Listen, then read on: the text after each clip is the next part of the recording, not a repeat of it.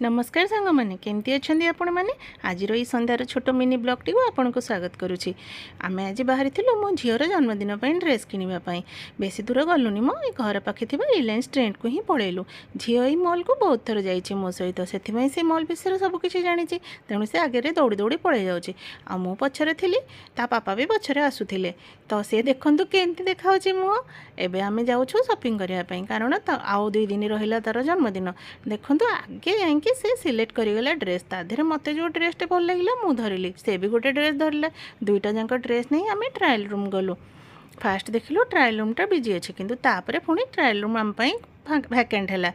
एबे झील टिके बसीगला कारण से चली चलिकी थकी जाइए मोर जो ड्रेसटा पसंद थिला से ड्रेस धरी ता पसंद ड्रेस टी को पिंधिला। एबे देखो भल देखा जाउछि ना नहीं मुझे भाविले टिके आपण मानक भी देखाइदेबे केमती लगुच जरूर कहिबे।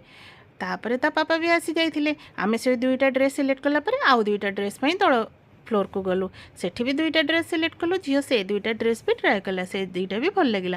तापरे सेठी थकिकी केमती बसी जाइछि से कहला मामा तमे जाओ किणुच किण मु आ बसिले एठी। तापरे पुणी देखिला बेलू जाइए मोजा सेक्शन में छिड़ा होइछि मते कहला मामा 2टा मोजा नहीं मु कहली बहुत मोजा अच्छी तू तो पिंधुनु। बिलिंग कला बेले जना पड़ा आम बिलिंग अनुसार गोटे टिफिन बॉक्स फ्री अच्छी मात्र 250 टंका देले टिफिन बॉक्स टी मिल मु कहली हाँ नहीं जा कहार दरकार हे एबे बिलिंग कर सारी आम घर को फेरलु से तो ड्रेस धरले मो भाग्य पड़ा टिफिन बॉक्स कारण घर